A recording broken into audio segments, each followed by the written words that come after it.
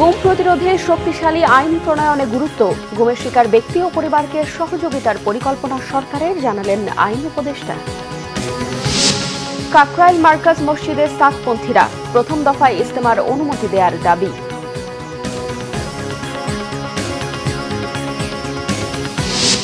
বাজারে শীতকালীন সবজির সরবরাহ বাড়লেও কমেনি দাম, এখনো চড়া মাছের বাজার, অভিভাবক নেই বাজারের, ক্রেতাদের অভিযোগ।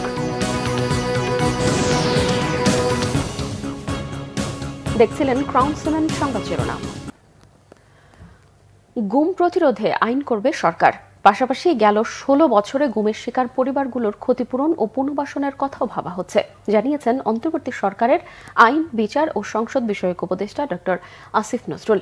Asian development against involuntary disappearance AFAD আয়োজিত এক অনুষ্ঠানে এসব কথা জানান উপদেষ্টা।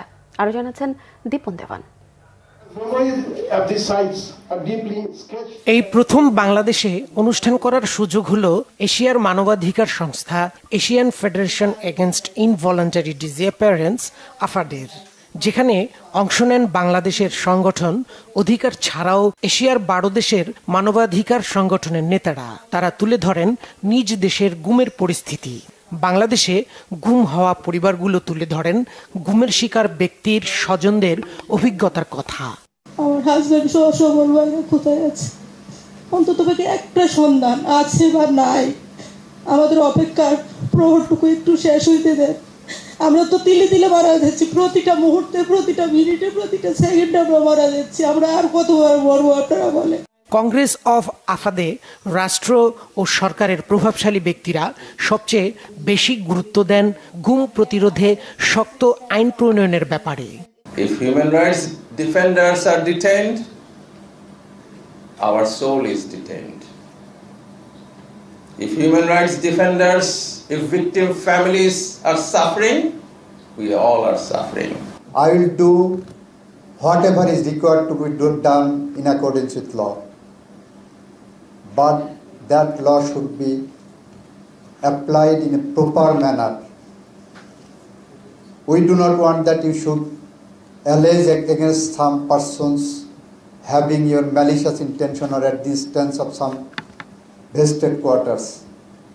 We do not want that. But at the same time, we can assure you that no perpetrators will be given any inch of concession from our office.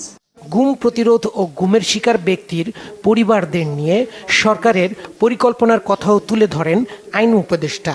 But the real challenge is actually ensuring the impact or implementation of your commitment. আমরা এগুলি অবশ্যই আইন করার উদ্যোগ নিব এবং এটার মধ্যে ক্ষতিপূরণ হোক, এই লিগাল যে প্রবলেমগুলো আছে, অ্যাক্সেস টু ব্যাংক অ্যাকাউন্ট আর ইনহেরিটেন্স, এগুলিকে রিজলভ করার চেষ্টা করব। দুদিনের এই কংগ্রেস শেষ হবে শনিবার। দীপন দেওয়ান, বাংলা ভিশন, ঢাকা।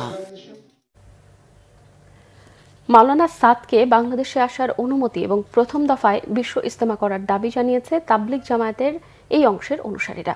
শুক্রবার বড় জামায়াত নিয়ে কাকরাইল মসজিদে জুমার নামাজ আদায়ের পর তারা এই এক দফা দাবি জানান। ওয়াক্ত শুরুর হওয়ার সঙ্গে সঙ্গেই দুপুর 12টা 10 নামাজ শুরু হয়, শেষ হয় 12:30টায়। শুক্রবার সকাল থেকেই সাতপন্থীরা মসজিদ এলাকায় আসতে শুরু করে। আস্তে আস্তে তাদের জমায়েত বড় হয়ে গেলে বেলা 12টার আগেই হাজার হাজার লোকে পরিপূর্ণ হয়ে যায় কাকরাইল এলাকা। প্রধান সড়ক পার হয়ে প্রধান বিচারপতির বাসভবন ছাড়িয়ে কাকরাইল মোড় পর্যন্ত রাস্তায় দাঁড়িয়ে জুমার নামাজ আদায় করেন মুসল্লিরা। নিরাপত্তার স্বার্থে কাকরাইল মসজিদের পাশে রমনা ও প্রধান উপদেষ্টার বাসভবনে যাওয়ার পথটি বন্ধ করে দেওয়া হয়। সম্প্রতি কাকরাইল মসজিদ ও টঙ্গী জামায়াত ময়দানে দখল বিষয়কে কেন্দ্র করে তাবলিগের দুই গ্রুপ মাওলানা সাদ ও মাওলানা জুবাইরের মধ্যে দ্বন্দ্ব তীব্রতর হচ্ছে। দুই গ্রুপই পাল্টাপাল্টি বক্তব্য দিচ্ছে। আজারবাইজানের বাকুতে চলছে বিশ্ব জলবায়ু সম্মেলন। সেখানে ক্ষতিগ্রস্ত দেশগুলোর পক্ষ থেকে দাবি দাওয়া ও ক্ষতিপূরণের বিষয়ে বিক্ষোভ করছে অনুন্নত দেশগুলোর প্রতিনিধিরা। সেখানকার খবর জানাচ্ছেন বিশেষ প্রতিনিধি জিয়াউল হক সবুজ। বিশ্ব জলবায়ু সম্মেলনের এই ভেন্যু থেকে আসলে বিভিন্ন অনুন্নত দেশ বা স্বল্পোন্নত দেশ যেগুলো রয়েছে তাদের একটাই দাবি জানাচ্ছে যে আসলে তারা কার্বন নিঃসরণের জন্য কোনোভাবেই দায়ী নয়। কার্বন নিঃসরণের জন্য মূলত দায়ী হচ্ছে উন্নত বিশ্ব, যারা বিভিন্ন ফসিল ফুয়েল অর্থাৎ তেল, গ্যাস বা কয়লার মতো জীবাশ্ম জ্বালানির ব্যবহার করে এই পৃথিবীকে অনেকটা উষ্ণ করে তুলছে, যার প্রভাব পড়ছে তাদের বিভিন্ন রকম খরা, বন্যা কিংবা প্রাকৃতিক যেসব দুর্যোগ রয়েছে, ঘূর্ণিঝড়, জলোচ্ছ্বাসের মতো সেই সব দুর্ভোগের কারণ হচ্ছেন তারা। এই কারণে তাদের দাবি, যেহেতু উন্নত বিশ্ব এই ক্ষতির কারণ এবং উন্নত বিশ্বকে এর অর্থায়ন করতে হবে এবং তাদের এই অর্থ সহায়তা দিতে হবে, সেই দাবিটি মূলত তারা জানাচ্ছেন। এখান থেকে হয়তো আশা করা যাচ্ছে যে এই সম্মেলন যে চলছে সেই সম্মেলনটি 22 তারিখে শেষ হবে এবং আশা করা যায় তাদের যে দাবি এবং উন্নত বিশ্ব এবং স্বল্পোন্নত, উন্নত এবং অনুন্নত যে দেশগুলো আলোচনা করছে সেই আলোচনার মধ্য দিয়ে নিশ্চয়ই ভালো কিছু বেরিয়ে আসবে। বাজারে শীতকালীন সবজির সরবরাহ বাড়লেও দাম কমেনি। বেশিরভাগ সবজি বিক্রি হচ্ছে 80 থেকে 90 টাকায়। সরবরাহ বাড়লেও দাম কমেনি মাছের, কমেছে ভোজ্য তেলের সরবরাহ, ঊর্ধ্বমুখী ডাল ও মশলার দর। ছুটির দিন বাজারে আসা বেশিরভাগ ক্রেতাদেরই অভিযোগ, বাজারের কোনো অভিভাবক নেই। বিস্তারিত জানাচ্ছেন মামুন আব্দুল্লাহ। বাজারে আসতে শুরু করেছে শীতকালীন সবজি। শিম, বরবটি, ফুলকপির পসরা সাজিয়ে বসেছেন দোকানিরা।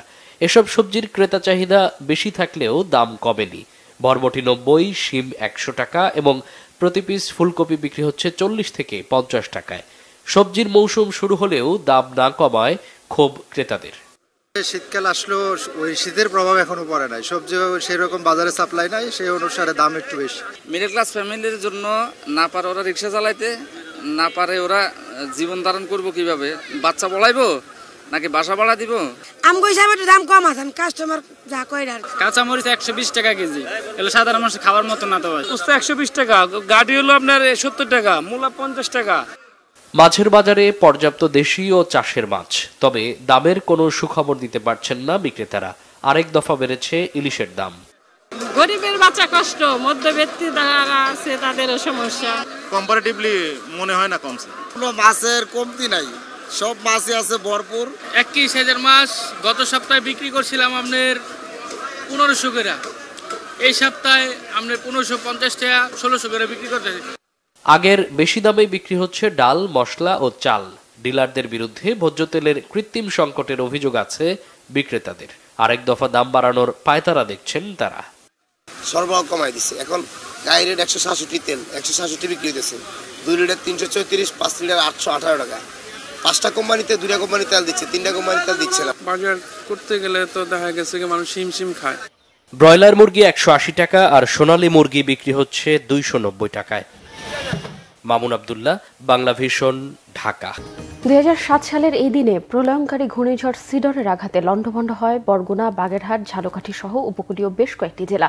17 বছরেও নির্মাণ হয়নি বিধ্বস্ত বাঁধ, ক্ষতিগ্রস্তদের পুনর্বাসন হয়নি আজও।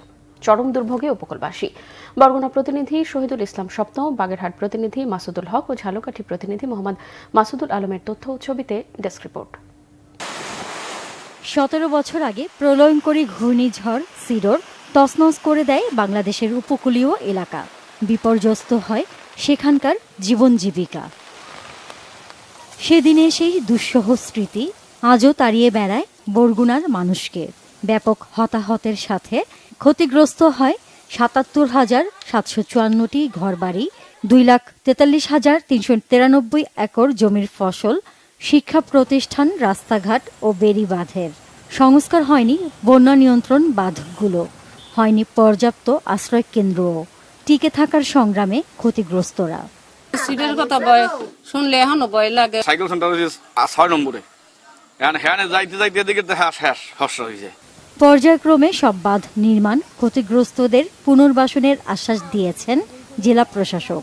আমাদের যে বাজেটগুলো আছে, স্থানীয় যে বাজেটগুলো, সেই বাজেটগুলোর আওতায় আমরা ছোট ছোট পরিসর এই সাইক্লোন সেন্টারগুলো সংরক্ষণ মেরামতের চেষ্টা করছি। অন্যদিকে সিডরে ক্ষতিগ্রস্ত আরেক জেলা বাগেরহাটে নদী শাসন না করেই টেকসই বেড়িবাঁধ তৈরি করায় ক্ষুব্ধ স্থানীয়রা। তাদের অভিযোগ, 1 বছর যেতে না যেতেই বাঁধের ব্লক ধস, নদী ভাঙন শুরু হয়েছে। ঝুঁকিতে 7 কিলোমিটার বেড়িবাঁধ এলাকার মানুষ। নদী শাসন দেয় না, এই জন্য বেড়িবাঁধে কোনো কাজ হয় না। কয়েকদিনের ভিতরেই যাতে ব্লক ভাঙে চুরি নামিয়ে রেখেছে। তবে নদী শাসনের একটি প্রকল্প পাঠানো হয়েছে, অনুমোদন হলেই কাজ শুরু হবে জানালেন বাগেরহাট পানি উন্নয়ন বোর্ডের এই কর্মকর্তা। বিশ্ব ব্যাংকের অর্থায়নে আমাদের পানি উন্নয়ন বোর্ডের সিআইপি প্রকল্পের মাধ্যমে আমরা 63 কিলোমিটার বেড়িবাঁধ নির্মাণ করি, যেটি 35/1 পোর্টার নামে পরিচিত। 63 কিলোমিটারের মধ্যে 12 কিলোমিটার আমরা কংক্রিট দিয়ে তৈরি করি সিসি ব্লক দ্বারা টেকসই হিসাবে, কিন্তু নদী শাসনের অভাবে ওই 7 কিলোমিটার অংশটি খুব ঝুঁকিপূর্ণ অবস্থায় আছে। আমরা ওখানে নদী শাসনের জন্য প্রস্তাবনা পাঠিয়েছি আমাদের ঊর্ধ্বতন কর্তৃপক্ষের কাছে। সিডরে বেশ ক্ষতির মুখে উপকূলীয় আরেক জেলা ঝালকাঠি।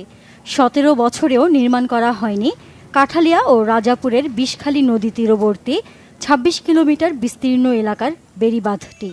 বেড়িবাঁধ ও পর্যাপ্ত সাইক্লোন শেল্টার না থাকায় দুর্ভোগে রয়েছেন বিষখালী নদী তীরের বাসিন্দারা। প্রত্যেক জোবায় আমাদের বাড়িঘর তলাইয়ে যায়, এখন পর্যন্ত কেউ রাস্তার মেরামত করে না। নদী শাসনে দ্রুত ব্যবস্থা দেখতে চান ঝড়ঝঞ্ঝার সাথে লড়াই করে বেঁচে থাকা উপকূলবাসী।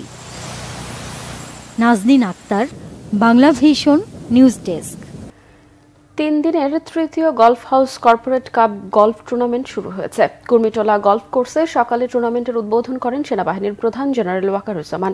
3 দিনের এই টুর্নামেন্টে দেশে বিদেশের 650 জন গলফার অংশ নিচ্ছেন।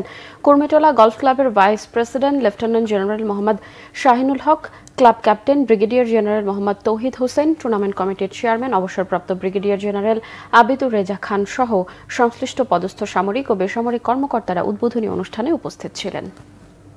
এককালে প্রতাপশালী রাজাপাকসে পরিবারকে ব্যালটের শক্তিতে প্রত্যাখ্যান করল শ্রীলঙ্কাবাসী। পার্লামেন্ট নির্বাচনে নিরঙ্কুশ সংখ্যাগরিষ্ঠতার পথে প্রেসিডেন্ট অনুরা দিশানায়েকের প্রায় শূন্য থেকে উঠে আসা দল জনতা বিমুক্তি পেরোমুনা জেভিপির নেতৃত্বাধীন জোট বৃহস্পতিবার ভোটাভুটি শেষে ভোট গণনার ভিত্তিতে শুক্রবার সকালে নির্বাচন কমিশন জানিয়েছে 62% ভোট পেয়েছে জেভিপির নেতৃত্বাধীন জোট ন্যাশনাল পিপলস পাওয়ার এনপিপি, যেখানে 2020 সালে নির্বাচনে মাত্র 3টি আসনে জয় পেয়েছিল এই জোট।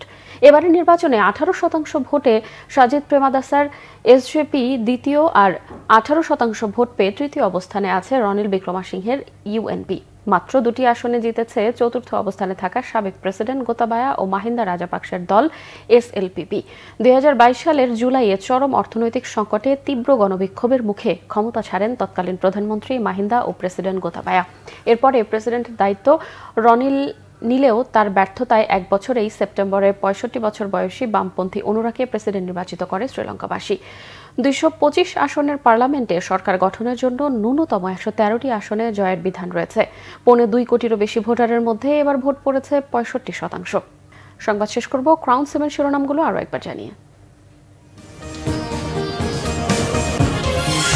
গুম প্রতিরোধে শক্তিশালী আইন প্রণয়নে গুরুত্ব, গুমের শিকার ব্যক্তি ও পরিবারকে সহযোগিতার পরিকল্পনা সরকারের, জানালেন আইন উপদেষ্টা। কাকরাইল মার্কাজ মসজিদে সাতপন্থীরা, প্রথম দফায় ইজতেমা তাদেরকে করার অনুমতি দেওয়ার দাবি।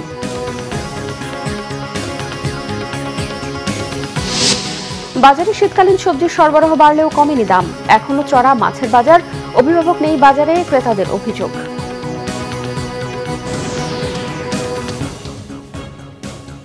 দর্শক, এই ছিল এখনকার মতো। পরের সংবাদ বিকেল 4টায়, এর আগে দুপুর 3টায় রয়েছে নিউজ টপ 10 দেখার আমন্ত্রণ রইল।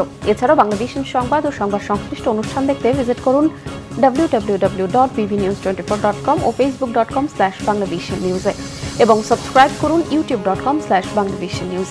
এতক্ষণ সঙ্গে থাকায় ধন্যবাদ সবাইকে।